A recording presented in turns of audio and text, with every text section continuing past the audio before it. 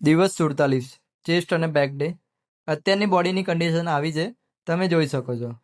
ગઈકાલે રાતે બધા ભાઈબંધો ભેગા થયા હતા, તો ડાયટ ગઈ તેલ લેવા. હા હા, એવું નહીં, આ તો બર્ગર ખાધું, બટ પ્રોટીન સાથે. બાકી રોજ રોજ ચીટ મિલ સારી નહીં બોડી માટે. કારણ કે તમે મહિનો ડાયટ કરી હોય અને 10 દિવસ ચીટ મિલ કરો, તો બોડીનું હતું એનું એવું ને એવું થઈ જાય. આપણે ચેસ્ટ અને બેકનું વર્કઆઉટ જોડે લીધું છે. હેવી તો પડે છે બીજા બધાને, બટ હવે આદત પડી ગઈ છે, તો મજા બી આવે છે.